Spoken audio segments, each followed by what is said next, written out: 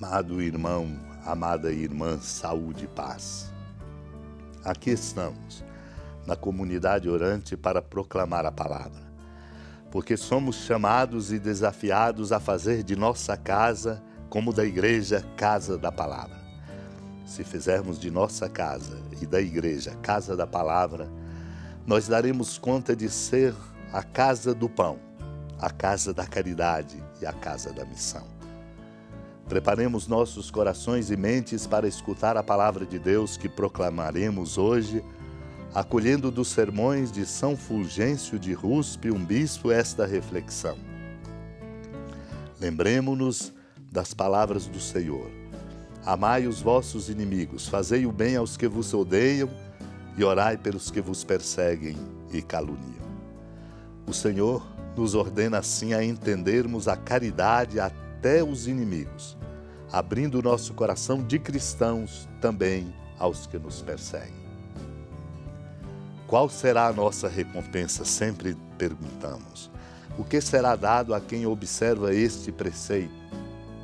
O próprio Senhor nos mostra o prêmio preparado por Ele para quem pratica a caridade que gratuitamente, por meio do Espírito Santo, infundiu em nossos corações. Ele que a nós indignos se dignou conceder o dom da caridade, nos diga o que vai dar em recompensa aos que praticando-a dela se tornarem dignos. Escutai, pois, cristãos, escutai, herdeiros de Deus e co-herdeiros de Cristo, para possuirdes a herança eterna, a herança do Pai, prodigalizai a vossa caridade, tanto aos amigos quanto aos inimigos.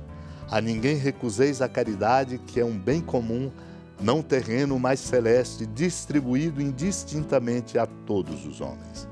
Exercei-a juntos, para que, possuindo-a, mais plenamente possais entendê-la aos bons e aos maus, oferecê-la abundantemente. A caridade é um dom de Deus. A cobiça, pelo contrário, é a armadilha do demônio. Não só armadilha, mas também espada que mata após haver capturado.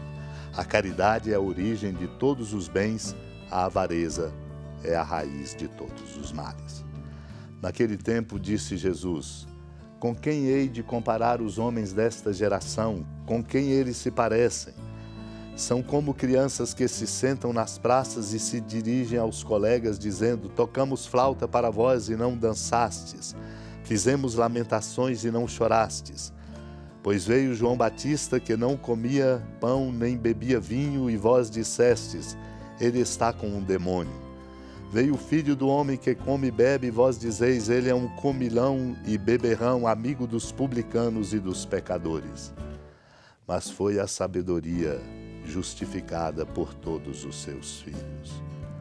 Amado e amada de Deus, esta passagem deve nos advertir a respeito de nossos juízos e dos critérios que nós usamos para conduzir a nossa vida. Saibamos, os nossos critérios direcionam nossos juízos e nossos juízos definem as dinâmicas do nosso caminho.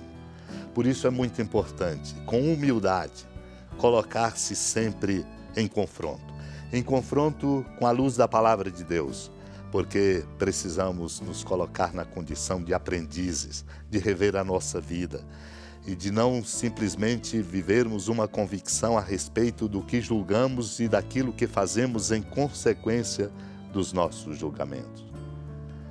Por isso o Senhor disse, com essa pergunta que nos interpela: com quem hei de comparar os homens desta geração? Nós somos responsáveis por aquilo que acontece e que fazemos, pelas escolhas que fazemos. Tudo depende da lucidez, da nossa inteligência e, sobretudo, da iluminação da nossa fé para darmos o rumo à nossa própria vida. Com quem hei de comparar os homens desta geração? Com quem eles se parecem? O Senhor pergunta. E aí explica: com crianças que se sentam na praça e dirigem aos seus colegas dizendo: tocamos flautas para vós e não dançastes, fizemos lamentações e não chorastes. Para dizer exatamente, a nossa competência maior é a do discernimento.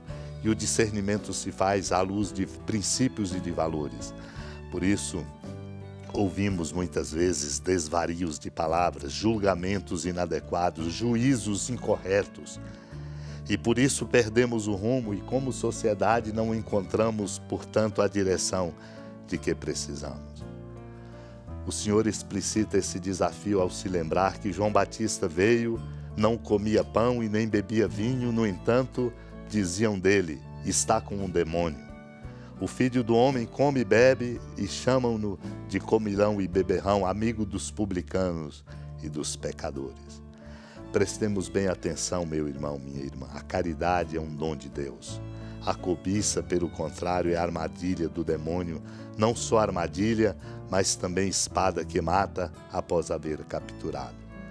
Tenhamos presente, a caridade é a origem de todos os bens, a avareza a raiz de todos os males. Supliquemos a Deus a graça de vivermos na caridade, para que seja este o grande critério iluminador de nossos juízos e direcionador de todas as nossas escolhas, para que possamos avançar na direção do bem e da justiça, enquanto caminhamos para o reino definitivo. Unidos à amada Mãe Maria, supliquemos a seu exemplo a graça de vivermos a caridade, na caridade, para ajudarmos o mundo a abrir-se ao amor. Senhora da piedade, Mãe Virgem do Cristo Deus. Lembrai-vos, ó piedosíssima Virgem Maria, que nunca se ouviu dizer que alguém daqueles que, tendo recorrido à vossa proteção, implorado a vossa assistência e reclamado o vosso socorro, tenha sido por vós desamparado. Animado com igual confiança, a vós recorro, ó Virgem das Virgens, e gemendo sob o peso dos meus pecados, me prostro a vossos pés. Não desprezeis as minhas súplicas, ó Mãe do Verbo encarnado, mas dignai-vos de as ouvir propícia e de me alcançar o que vos peço. Amém. Feliz padroeira de um povo a lutar, a gente mineira te quer exaltar,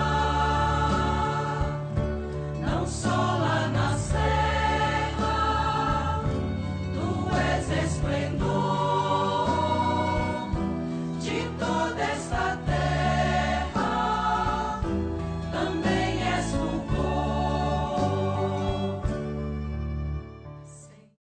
Amado irmão, amada irmã, com alegria do Santuário Basílica da Padroeira do Estado de Minas Gerais, a Senhora da Piedade, que da sua casa de clemência e bondade nos acompanha, nos abençoa do alto da serra, magnífica arquitetura divina, a bênção de Deus, amor misericordioso.